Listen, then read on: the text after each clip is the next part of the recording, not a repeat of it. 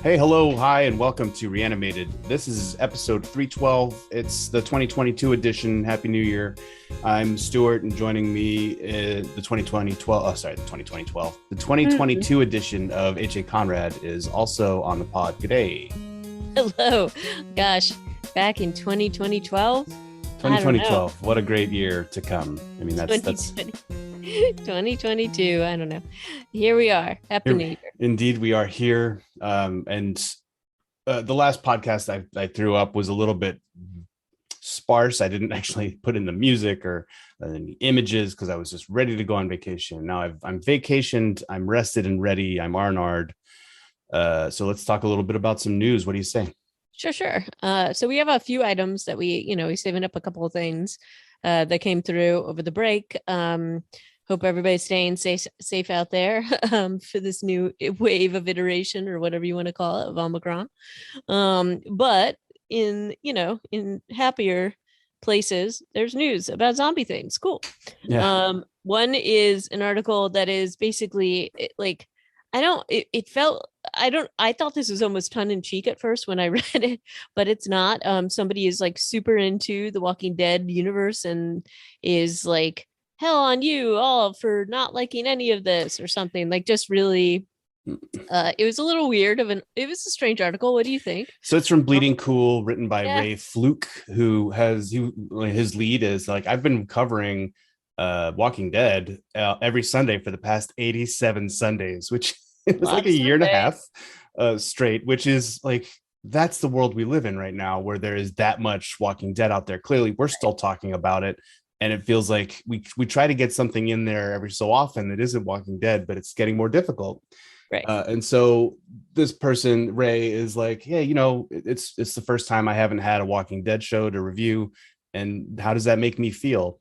And it turns out Ray is a little more optimistic or forgiving of some of the twists and turns that HA and I have been talking about from Fear the Walking Dead and the World Beyond that we're talking about Well, right I would now. also say Ray feels a little empty inside that they're not covering this. But anyway, very complimentary, really into it. And you know what? I'm cool with that. If you're into it, I have no issue with that. I think that's fine.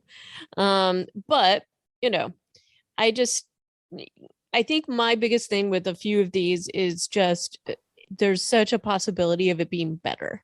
And that has definitely been my assessment of World Beyond, but we can and today's review will be no exception to that.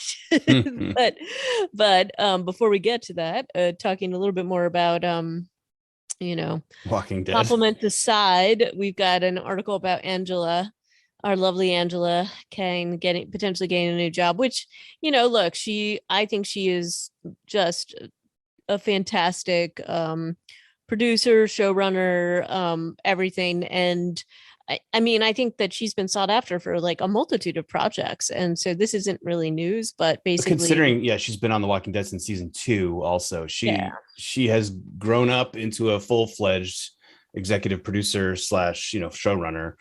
So yeah, she's definitely ready to do other things. Of course, she's staying in the AMC universe. Yeah. She's not leaving that sandbox. But it's kind of an interesting project that she got picked up to do. Have you heard of this I novel, Black hadn't. I Sun? hadn't until I saw this, so I'd be definitely willing to check it out. Obviously, I'm a huge fan of hers, and I know a lot of people had some criticism about some of the things she did, but I think she is just an extraordinary like force of nature in this kind of world, and I would love to see what she can do with other stuff besides Walking Dead. I think it's high time. And again, it's not like she's done a lot of different things, but she's just been very like ensconced in the Walking Dead universe. So it'll be cool to see her Yeah. spread her wings a little bit and do something different. So I'm psyched for it. And what do you think? So yeah, I'm interested to see. I was kind of wondering, toying with the idea of picking up this book by Rebecca Roanhorse, Black Sun, which is it's a fantasy novel. So it kind of So that I hits my I buttons. feel like there was another if it maybe it's the same um is it the same book series? Because I feel like I read another book of hers that had a similar theme. Maybe it's not in the same universe, but she's kind of fun. She does some. It seems like she has 2 or 3 in this universe. The Yeah, because Black Sun is also an extremely popular or common name for projects. There was a whole Black Sun Dungeons and Dragons type spin-off world in the mid 90s. Oh, okay. So what I'm Was that thinking Dark of, Sun? she has a series called the Sixth World series, which was kind of fun. So Trail of Lightning and Storm of Locusts are the 2 books out of that series. And I thought that it was kind of wrapped up. So maybe it's continuing. But anyway, she's a great writer. She's a great like fantasy sci-fi writer. So I'm now I'm even more psyched to see this. It's cool. Anyway. So that's my 2 cents about Rebecca Roanhorse. Okay. Yeah, it'll be interesting to see what comes of it. It won't be zombies. I'm sorry, it was Dark Sun was the D&D property. Black Sun, I think, is the name of like a band of baddies from the Star Wars universe. Uh, Either way, it'll be interesting to see. And Angela Kang, I mean, she's going to do a great work with that. Another AMC property that would have been interesting if Angela Kang had been involved in this, but this is out now, is Firebite. Have you seen anything about this? No, I saw, well, of course, I'm their target audience, so I saw a couple of like teasers, like a trailer, like saying, "Oh, you might like to watch this." So, and clearly, I am that target audience, so I am interested in seeing it. So maybe we should review that as the next thing, just to get us Oh yeah. cleanse the palate from Walking Dead. I mean, there's 100 other things too, Oh, but I yeah. know. So this is a vampire story set in the Australian outback. But yeah, that's 100% something that we are interested in. So Firebite, here we come. It's on AMC Plus, and we will. Well, we are inveterate subscribers to that because of The Walking Dead. So you're welcome, AMC. Um, And then this trailer that dropped. Well, I don't know when it looks pretty dropped. cool. Yeah, so there's another. What is going on with Korea? Seriously, I don't know, but I like what they're doing. So All of Us Are doing Dead it. is an adaptation of a web comic that is kind of to me it reminded me of High School of the Dead just because of the premise, but I haven't read either of them really in great detail. So a trailer has dropped. This is coming out January 28th, I think. Yeah. So later this month, based on this webtoon, which was like Now at Our School, and it's which is way it was published like way back in 2009, and then again in 2011. So it looks really great, and the trailer is awesome, so I recommend people check it out and get excited about it, and we won't have too much longer to wait to basically see it. um but I'm pretty excited. And you know, the it looks like a pretty slick series at this point. So South Korea, keep putting this out, and maybe we'll get another Kingdom installment at some point as well. Yeah, I mean we're set up for a real battle between Yeah. Ashin and the prince, right? Or the crown Yep. prince, Yep. or is he Yep. the king now? I forget. Um, so I think yes, I am eagerly anticipating season 3 of Kingdom.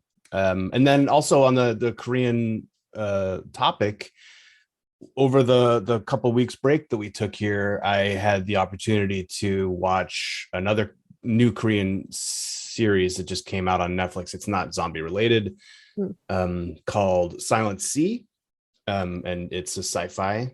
Although it has some monster stuff in it, it's kind of yeah, it was pretty good. It wasn't perfect, but it was. I was just like, God damn, South Korea, man. They just keep slamming them. Well, I think the interesting thing about it is now they definitely have, I mean, they have the budgets, they have the talent, they've got the special effects shop set up there. So I think we're probably just going to see, I mean, you and I talked about this the last time I think we talked about the Kingdom, which is that and Train to Busan, and this is definitely a community that is growing, and I think we're going to continue to see amazing content coming out of there. And it's honestly just pretty awesome because it's really just very polished, interesting stories, interesting films. So I'm just I'm all on board, and I think if it gets the competition going, then all the better, right? Yeah. Yeah, and I'm starting to recognize more Korean actors too. Like Yep. Gong Yu is a very recognizable dude. I think he was in Train to Busan. I think he was the main Hmm. business dad Business. in Train to Busan. He was also in Squid Game, and there's a dude called Mr. Kim in Silent Sea who is also in Squid Game, Hmm. and Bae Duna, who is from things like, oh my gosh, what's the name of that show she did where she was speaking English? She was in. It's gone from my head. Uh, Sense8, I think is what it was called actually. Oh yeah, yeah, yeah. She was in that. But I'm starting to recognize more of these actors who are kind of like, circulating through this premiere or prestige Korean TV and streaming projects. It's super But cool. wasn't she always Bayduna was also in the host, no? She was in Bong Joon-ho's like the One of the first it's like ones. creature feature one. She's the most recognizable Korean actress to me. So I don't know. She was in Jupiter Ascending. Yeah, she was in the host Yeah. and So Kingdom because um she's the nurse in Kingdom. Dur. yep, Yeah. yep. So I'm seeing a lot of familiar faces, and that's awesome. Yeah, that's pretty cool. Um anything else you've been watching over the break? I have not. I've been kind of taking a little bit. I mean, other than watching some new films. Oh, we did watch Matrix Resurrection. I don't know that you Yeah, I'm did. about 30% of the way into it. It's different. I'm kind of enjoying it so far. I like the fact that there's this whole video game element to it. I think that Oh, to me that speaks to me. So I don't know if it's working for everybody, but right now I'm liking it. And like I said, I'm only about a third of the way in. all right. I won't spoil anything for you, but we can recap and chat about it when you're done, when you're finished with it. Yeah. Um, And then I also watched Book of Boba Fett on the plane oh, you yesterday. know what? We watched that too, and it was I don't know, Not 100%. not 100%, but Anything with Ming Na Wen, I'm gonna enjoy. I don't know why. Yeah, well, she's very. incredible. She's She's incredible. incredible, but I would really just enjoy more of her versus anybody else. But that's just me. You're not Um, digging on Tamura Morrison's performance so far, or no, I think it's terrible, but oh but it's one episode, so you gotta kind of yeah, give it a shot. Give it a give shot. he hasn't had that many, he hasn't had time to really flesh out that character other than a couple of episodes of Mandalorian that he was in. Yeah, But it's a cool story. It's a cool backstory. It's a super cool premise. It is loaded with potential. it is. Um, It is, and so I will give it. I'll give it credit where credit's due. So anyway, and doing that. Oh, Hawk, spoilers for that episode, but Gamorreans finally get their time to shine. they do. But we also finished out Hawkeye, which I really enjoyed. Oh yeah, that was Thoroughly. awesome. I enjoyed it thoroughly as a That's the series. superhero show for old folks like us. It is, but I would love to see more of it. I just thought that was fun. Um, so yeah. All right. Was there anything else? Anything else? I don't remember. There was something else we watched, but it's just all flowing out of my mind. Speaking of old folks. But do you want to jump into our recap? I guess we'll have to eventually. I know we've been procrastinating deliberately, but Well, no, that we I had a think little we bit got of to news do to it. catch up on. But yeah, so today we're talking about episode 7 and 8 of World Beyond. That's Blood and Lies, directed by Lily Maria and written by Sinead Daly. And then Returning Point, also directed by Lily Maria and written by Eddie Guzalian. And these pick up right where we left off. Silas had been arrested at the end of the last episode. They had stolen that vial from the cold storage and started to do, and found those Excel spreadsheets that proved without a shadow of a doubt that the CRM had blown up Omaha, right? And I think that was a kind of where we were. Yeah. And I guess the overarching theme I have, and probably my biggest criticism of these episodes, is that especially with Jadis, um there is, and with other characters too, and they kind of pull this theme a lot. It's like they are banking on or trying to sort of create a tension about who knows what, who doesn't know what, and it's supposed to be this very intriguing thing. Um, but it's sort of like I don't know, they pull their punches about who knows what when and how much sort of information intelligence Jadis has Yeah, in both of like these episodes. And so yeah. even with and you know, we've seen Jadis in action. We don't, I mean, believe it's been a while, but at least how they're presenting her here, um, we know that she is not somebody that she is not somebody that is truly a risk taker in terms of like anything that could put her current position in jeopardy.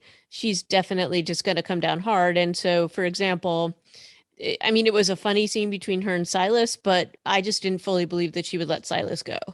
I don't know, what did you think about that? Like, so basically they catch Silas at the detritus depot or whatever, and he plays it very cool. I thought he did a good job at acting like, oh, I was just lost. Almost unbelievably good, right? Yeah, and with her specifically, I thought he did a good job, but she's so suspicious and so weird that I just don't know that I buy that she would let him go. But She maybe like the that's way that Pollyanna McIntosh is playing her, and like I said, I think the last time when she had that conversation with Huck, and it's a little too much of this like yeah, camera focused on Jadis's face, looking, giving knowing glances all the time as she's delivering her dialogue, and I'm just like, yeah, you want us to think that she knows way more than she's saying, but then she also seems to believe Huck's BS in some scenes where you're just like, that doesn't make any sense. right. Especially in the eighth episode where Huck just murders a guy and then spins some BS, and Jadis is like, yes, and furthermore, we should now attack someone else. It's just like, what? Yeah, it doesn't wash basically. So, and I found it really jarring because I think that it could be a useful tool in terms of her putting different things together. And look, you could I mean, I guess you could make the argument that she's using Huck and doesn't really believe Huck, but I don't buy that. Like, they just kind of flip it back and forth all the time. Yeah. Everything seems to be a test, and maybe that's deliberate that you're just sort of questioning whatever she's doing. But I just felt like it was a little beyond belief. Like, if she has the ability to bug a lab where she's hearing, Everything is bugged, surely. yeah, like, so if she's got that ability, then all of their plans Yeah. are like would be for naught. And And like the way they drop the fact that that lab is bugged is pretty subtle. it is, but even so, we as the audience realize that the lab is bugged and that Yeah. this is a person who has access to all of that stuff, in which case their entire rebellion, their entire plan Yeah, because the would have girls, been there's a whole bunch of minutes that aren't even accounted for of the two right. sisters hashing out their differences in that lab. Yeah. And not to mention that, okay, they basically the two sisters go with Lyla, and she shows them what her nefarious plans or the whatever the project is, and there's cameras everywhere. So it's not like they don't. It's not like Jadis and her team don't see that the girls were there. So there's just so much going on that feels a little bit implausible. If this is this well-oiled intelligence and military operation, I just don't believe any. And like, and let's just say, um, you know, Hope, uh, especially their dad, Felix, all of them are kind of doing this like very open planning, or at least I don't know, like it just doesn't like their whole thing is that okay, they find out this plan. Lyla, quote unquote, tries to come clean to Jadis, and then is, you know, taken out of the way because Dr. Barrett can be, or Bennett rather, can be now her replacement. And it just it just feels very tenuous. Oh, that I don't know. was, yeah, that was not the smartest move. I mean, even if they have, like, I think they've made comments on this show from Kublek, like, we've got tons of geniuses. Even if they do, getting rid of the only person working on this one project, apparently Lila maybe has an assistant who's in one scene, Right, but but she has otherwise this she seems knowledge to that be the seems only done. person. Yeah, they need some Oh, continuity. And just because you say to Leo, by the way, I've been working on a way to make reanimation take longer, he doesn't understand like what that no, means in the scheme of what research she's been doing. right. So you can't just kill her off. That was super, that was way too convenient. And I kind of wanted Lila to be able to kick ass too, and she just doesn't even try. It's kind of sad. Yeah, I also wanted that. And, I had kind of come around on her, even though I was totally expecting her to flip and yeah, to betray them. In fact, when she told the girls to wait in her secret lab for a few minutes before yeah, I thought leaving, I they was were just like, going to oh come yeah, and get him. now she goes and gets the guard, and this Yeah. is how that works. But I wonder if she knew that the lab was bugged. In fact, Yeah. And in any case, like, so this is sort of rounding up, the big stuff, which is like it's tying up some loose ends. So we've got both their whole thing where they know that Omaha and the colony, the campus colony, were taken out by this chlorine gas with something added to it, which we now know is something that Lila had added to it. Um, we also know that Lila was aware that they were going to do this, but not why, and really going against her scientific principles. And, you know, this is at least there is some sort of ownership that she knew this, the other scientists didn't. Like, this has been something that she and her sister and whoever have been doing in the dark with nobody else being aware of it. well, Dr. Abbott, poor Well, Dr. yeah, but Abbott, they apparently knew killed about it. him Yeah. because he raised concerns. And, so you can have some of that where it does make a little bit of sense once Dr. Bennett actually goes to plead with the other scientists. But the problem is that, look, all these people have been kept safe. This is new information to them. I really got to believe that somebody's going to freak out and like go and tell Jadis or go and tell the guard, something like that. So that was a little, to me, kind of crazy. He's like, oh, are you in or out? And then similarly, like Hope figures out that what's his face? What is the kid's name? I know he's General. Mason. I think that's in the next episode. It is, but I'm just saying, like, as a Oh, theme for both of these, like, it's sort of like, okay, you're sort of trusting people that you don't know that you should trust, and then at least Mason is a sign or is also like into scientific things, so there instead you're not telling him anything or you're telling him very limited amount of things. I don't know, it seems to me that they very much like it's either all or nothing with who they trust, and it doesn't make any sense. well, you think they're trusting Mason too much because he is tied up. No, no, no. I think that they're not. Like, maybe talk to him about what's happening and you might be able to get him to come over to your Yeah, side, right? I don't have a problem with really the way that that story is going because he had no idea what they were up to. True. He is completely propagandized by his, and indoctrinated by his upbringing. So it's going to take a lot of showing rather than telling to get him to come around. And I think they are going to have to keep him tied up until he sees enough to have his mind be changed. I Maybe, but I also think that with some of the scientists that they've got going on. So Yeah, and unless they they're do more have like there, 40 scientists. And and I know we're talking about the episode 8, but when I saw that like gaggle of scientists going down the hallway with Dr. Bennett, I was just like, oh, they're all going to die. yeah, So far, they're right. still alive though, which is honestly kind of a surprise. But Right. And then you've got the other storyline. You've got, Indira's people, um, and they're all sort of, I mean, I think that the one thing it suffers a bit is because they're trying to tell all these stories at once, and we've mentioned that before, like how they kind of flip back and forth. And so the timeline of it is a little clunky.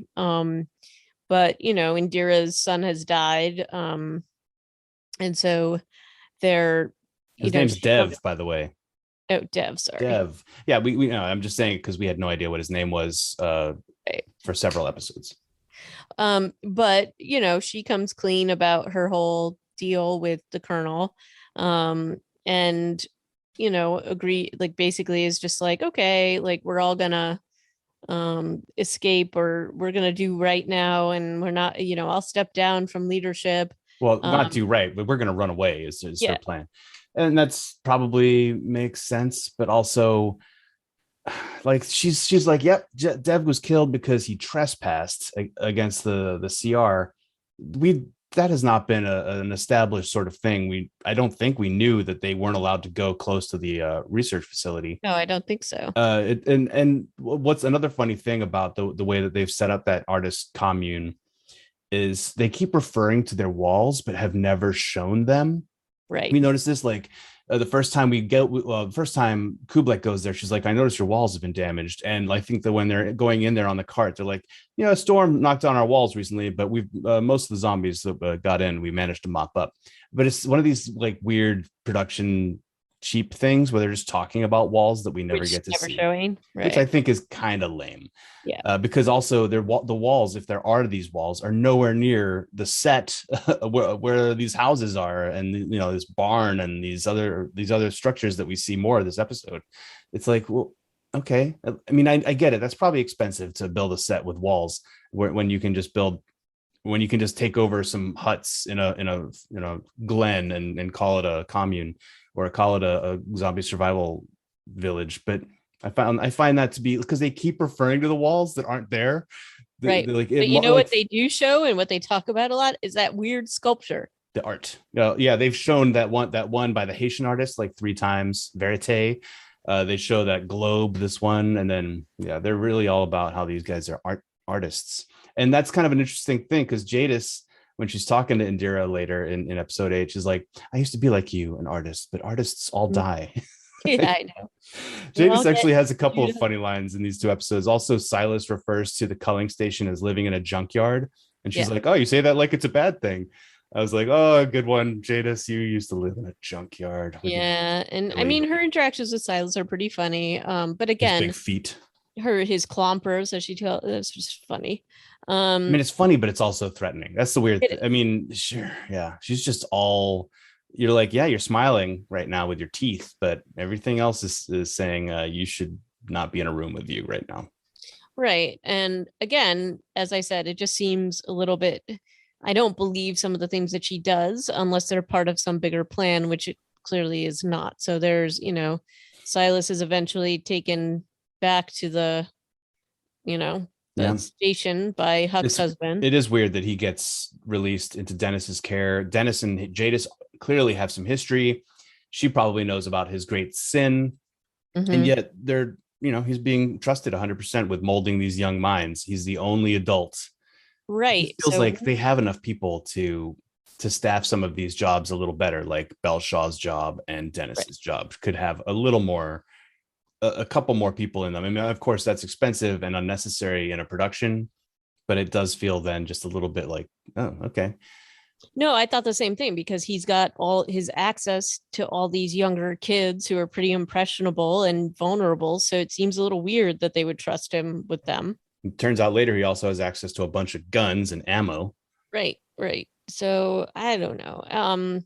But anyway, I do like the idea that um this group is gonna kind of try, like, they don't have a lot going for them, but there is like a bit of a self-sacrifice thing, which is like, look, we need to take out this facility.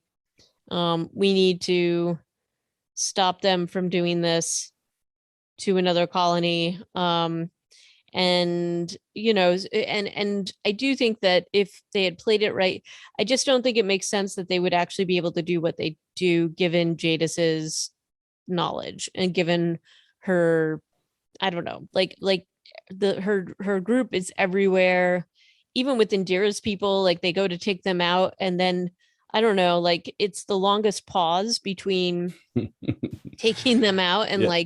and then suddenly one dude with a pistol is gonna stop them. It was 3 dudes with pistols, but yeah, it was Okay, absurd. but it was only one at first, and then it's just, I don't know. Yeah, it's like ready, aim, and then yeah, like you said, a 30-second pause.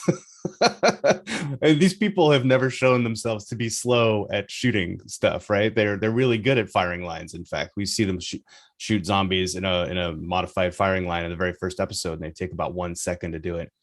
So it is absurd that they would have waited this long. It's a very much the Western public hanging scene where they shoot the rope or something silly. Right. And I mean, look, the other piece of this whole sort of plot line, the whole storyline is the same issue that I had from the beginning. Like I get that the CR, I get that they are trying to like somehow take power and not have like a citizenship. They really want a militaristic um power, but if this is the world and they have so few survivors, it still doesn't make sense to me that they would take out over 100,000 people and then have a plan to take out like 80 or 90,000 more, given how small the human population is and given how they claim to value like brain power and talent.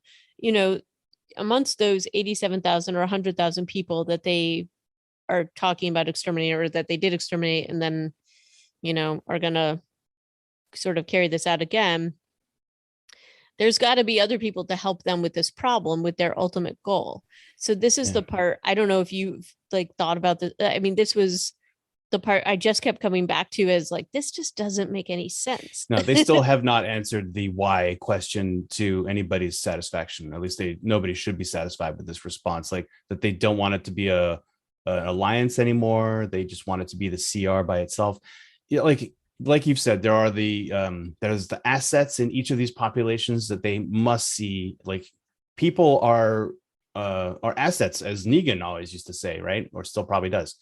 Not only that, but trade. We don't know where the CR is, but Right. they can get different stuff from Omaha as they can from Portland to and the CR presumably has access to its own natural resources that all these places need to be trading. And if you just Right. kill them all off, you're going to be crippling yourself in some way or another. Well, and not just even that, but like the human power you would need to keep the food chain going and to keep crops going and to do all, and they have their own resources to be able to do some of this stuff. Like it just doesn't make a ton of sense to wipe that out, because how are you going to keep your systems going, unless there's something that I'm really missing. And even if you could power grab it and take over some of their resources, you're not going to be able to keep um, sort of the valuable things that they have going, because you just don't have the people to work the fields or work whatever you need in order to keep that supply chain going. So that's the part that just kept coming back to that and being like, this is weird. And then in terms of what they're doing in this research facility, like one would have to imagine that you would in some way need to have more than just one scientist on board with what you're doing, the bigger kind of creepier plot, and that there has to be a bigger payoff than even what Lyla is saying. Yeah. Like, I know that you're trying to figure out a way so that they don't come back to life. That's sort of your end goal. Is it even that? I think it's really just, well, I mean, probably that is her end goal, but she's just trying to delay. This is one of the things that I found to be quite interesting and a little disappointing was Lila's research is to delay the time of reanimation or maybe just stop it entirely. This is a thing that you and I have talked about a lot throughout this show, the series, the franchise, how much variability there is in the time to Yeah. reanimation. It's never been actually like Rick and Daryl have never sat across a campfire and gone, you notice how weird like different people turn at different rates all the time? I guess actually somebody has talked about this, haven't they? Well, Jadis does make, she makes a comment about it when she's talking about it. It was like, oh, It's in I've Fear the seen. Walking Dead. It's Yeah. freaking Troy is doing experiments based on Yep. height and Yep. weight. Mm-hmm. That's like the only time I think that's the only time I've seen anybody addressing this, Yeah. because he's just like writing all their details down in a book and then shooting them, right? Right. Right. But otherwise you don't see a lot of people talking about like, wow, did you notice how Andrea's sister took all night to reanimate, and then that guy that freaking June was giving a Yep. CPR to turned in 2 seconds. Yep. So there's always been a wide chasm there in terms of when you might expect somebody to turn, and that's not addressed here in Lila's talking about her research either. She's not like, look, some people turn after yada yada hours, and they're like, oh, 8 hours is such a huge deal. But again, I think of Amy, I think is her name, Yep. Andrea's Yep. sister. And I just want the show to acknowledge some of this stuff that people who have been even a little bit paying attention, like us, are already asking questions about. And if they're going to make it a scientific experiment, there should be some real thinking behind it from the researchers. Right. So anyway, my that's exactly right. And so I just think that in terms of a plot line, I just wish they had tightened it up a little bit. Like more of a reason why she's looking for it. Maybe she found something that's able to stop the reanimation totally. Or, I mean, she said she'd been working with like an algae, which was the additive to the chlorine and whatever. But even then, it just feels like this is a strange way to go about it and a strange way to find it. Um, but and then to not have any of these other scientists on board, and then suddenly they're totally on board with Dr. Bennett's plan of escaping this military, even though they've seen all the power of it. I have to feel like there is at least one coward in there. Who would turn on Similar, him? Yeah, yeah, similar similar, to Belshaw. right? Because Belshaw's like, um, Yeah, that was like the curse your sudden but inevitable betrayal sort of moment. I was like, yep, that checks out. yeah, that's fine.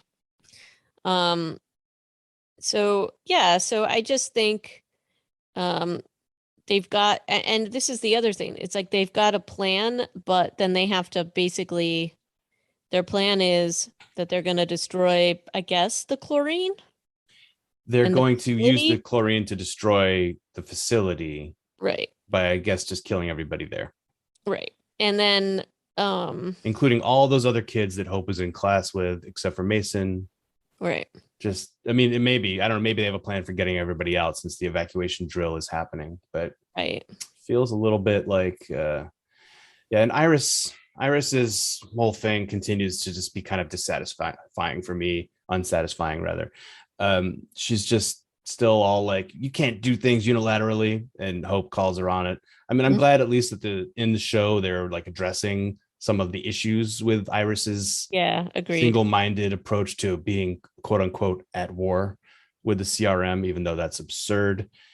It's yeah, and you talked about this earlier, but Jadis makes a couple of leaps of logic, even though she's super paranoid, and the show does do a good job of showing like how paranoid she is and how she's always thinking about what we could do next to crush this problem or the kill, just cut out the rot as it is.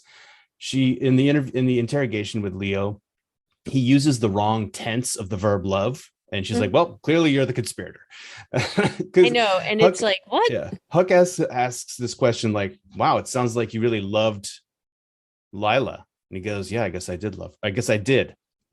And then they're like, oh, you used the past tense, but Huck's question was in the past tense. So I'm like, it's not that much of a leap to use the same tense as the in the answer as was used in the question, especially when you're stressed out. But Jadis takes that and is like, that's it, round them all up, and then basically kills Lyla based on that and the fact that her zombie does reanimate. She's disappointed in her, and Yeah, then and I yeah, mean the thing, as I said, Dr. Bennett just continues to disappoint. yeah, But he's not great. my thought was like, well, she wasn't getting along with my daughters, or like that was like a hard thing. So we're regrouping. There was like so many things he could have said to cover, Yeah, but didn't. And there's just like, I don't know. And then the whole Huck as a double agent and how many people don't trust her. I mean, Huck is she's not not a trust. good double agent. I mean, she's been a double agent before, but this time she's not as good of an No, actor. no, and her face gives like everything away. And I mean, we've got, I don't know, and we've got her weird sort of interaction with Percy, and then her interaction with Silas, and then her interaction with her husband and Jadis, and like basically she's kind of trying to convince all these people she betrayed that she's trustworthy, and then she's trying to convince Jadis as well that who she's actually betraying, or the CR, that she's trustworthy. And she's just not, Yeah. it doesn't feel like she's good at it. And again, I just keep feeling like Jadis would have been tracking her, keeping her on a very tight leash. Jadis jumps to Um, these conclusions too, and I feel like Huck has given her enough rope to hang her. yeah. And another one of these leaps that Jadis makes in one of these in episode 8 is she holds up a printout. She's like, or no, she gives a dossier to Huck. She's like, look at this. Power and water usage in the labs have decreased. I'm gonna go hurt Leo's daughters to make him pay for his betrayal. I'm like, what? What? What? All right. Huh? Very odd. Yeah. And so I just, again, I don't think it would have taken a lot to make this a little bit more plausible, and to kind of like use some of the intelligence that Jadis basically has. Like, hey, I bugged a lab and I heard them conspiring, like that might have made more sense to me, since she's already proven that she bugged Lila's lab. So why not? Yeah. Um, and just some obvious things here. And, you And the know, fact that Huck is able to bail, like every time they're about to actually, I guess the first time it was Lyla saying they're coming for you. right, But the second time, Huck is conveniently given the opportunity to make radio calls to her co-conspirators right. on an unmonitored net. And it's just, there's a lot here that's happening that's just convenient, and especially when she murders Brody. Right. That Uh, was just mm, and she shoots him in the head and is like, he was the traitor, or he was a right. bad guy and he was just spinning BS. And Jadis doesn't say, so then we interrogate him. Right. She just does that thing where she agrees and she's like, yeah, now we have to go and kill Indira. It's just Yeah, and I thought that crazy. honestly, what I thought she was doing was like spinning enough like again, I thought she had like bugged the office or something and had heard Huck's like interaction with the guy. I thought that's where they were going with it, but no, like she believes Huck to some extent, and then I mean, I think she's always testing Huck because like with the whole interaction with Indira, like Yeah. on the walkie, once again, walkies, he's just a dumb tool. Um, and you know, I think she's trying to see what Huck will do. And similarly, she was doing the same thing when she releases the walker on Lyla. She's just seeing if Huck will do something and sort of show her hand. And Huck keeps a pretty good poker face, at least in that I mean, sense. But if she really wants to test Huck, it's not like, oh, get Lyla killed. Huck doesn't care about Lyla. no, it's like get her husband killed or something. Like If it was we a know real what Huck test, cares about, or the girls, or something. So something. anyway, like I am really looking forward to the series ending. What do you Um, think about the final shootouts? I know you've made your opposition clear to the fact that these like 10 soldiers with machine guns would not be able to be overrun by three pistol wielding well two basically a newbie and a half and yep, Silas, yep, and then Indira picks up an M16, seems to be pretty capable with it. But what I did like was that the artist colony were getting wiped out. Like yeah, three or four of them were killed. yep, Dennis actually kills like six of the CRM in a really smart way. He makes a call on the radio using their own yep. protocols and has And them he all knows it. cluster I liked together, that. and then he throws a grenade and blows them up. But it turns out he's been shot. I think that wound does not look very serious, so I think he'll be making a full recovery, especially based on Percy's bullet wound, which I think was closer to his lungs. Right. I don't know. You never know.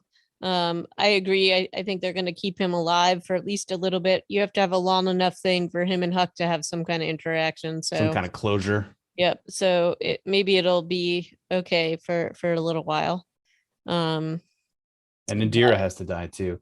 There's a lot of people who are going to yeah, die on this cast yeah, before this show ends, or they'll keep them alive and spin them into the Rick Grimes movie, and we'll see. maybe, maybe.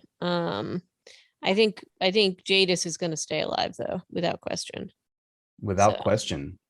I don't know without question, but you have to have her. I feel like they need her to have a confrontation with Rick, or maybe they'll retrofit that in, I suppose. I have a feeling Julia Ormond is going to be our point of continuity for the For CR. I Rick. think maybe they took her off the show just to give her enough screen time to make you be like, okay, yeah, she's a mover and shaker, and she has a connection with Annette Mahendru or Huck. Oh, true. So So I maybe think that's I it. think Jadis could potentially Bye. be she could be going She could down be cannon fodder. All because right. Well, I'll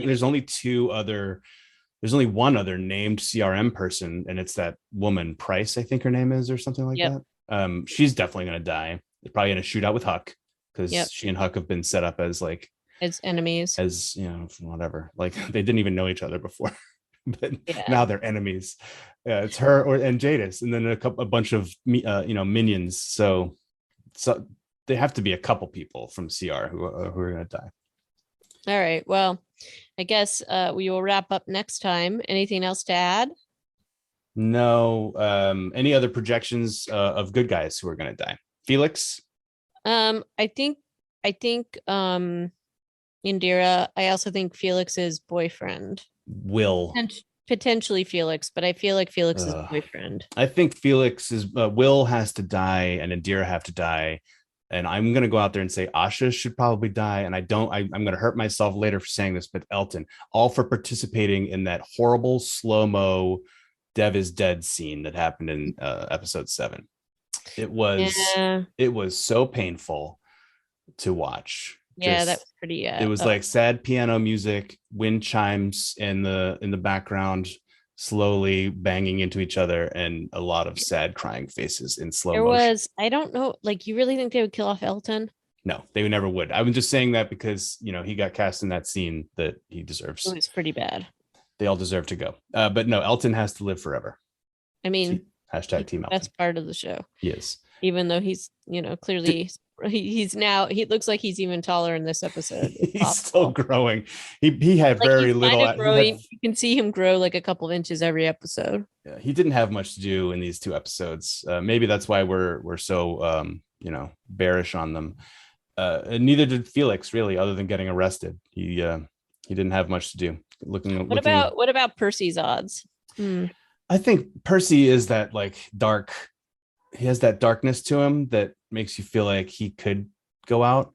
He's also just been packing on so much muscle between seasons. They've had a couple of shirtless scenes with him in this season, and I'm just like, dude, you got shot, and now you're bigger than you were before. I don't think that's how that works. No, I don't know. I thought maybe they would take out both the young ladies' love interests, so both Percy and Mason. Can a sister die? Possible. And if it is one of them, it will probably be Hope, because I think she is the more optimistic one, and that will be the wake-up call for Iris to unleash her true genius and use it for the powers of good. So I think it's gonna be all the adults, and maybe the kids are left to their own devices. Our original ragtag team, Lord of the Flies style. Yep. I think Dad's gonna die, and I think ultimately it's gonna be the kids. So I don't know. We'll have to see if my prediction comes true. Okay. But I feel like Dr. Bennett is definitely he's out. He's out. Not before imparting some of his wisdom, though, that will help the kids unlock probably Lila's research and his, the fungus that makes them deteriorate faster, and turning off or slowing reanimation enough to make it less of a threat. But yeah, let's talk. Let's see where we are next time when we get back together. All right. So yeah, hit us up on Twitter at Reanimated PCast. Our email is reanimatedpodcast@gmail.com. Our show notes will be online at reanimatedpodcast.com. And that's all I have to say about that. Yeah, and happy 2022. Hope it's a good year for everybody.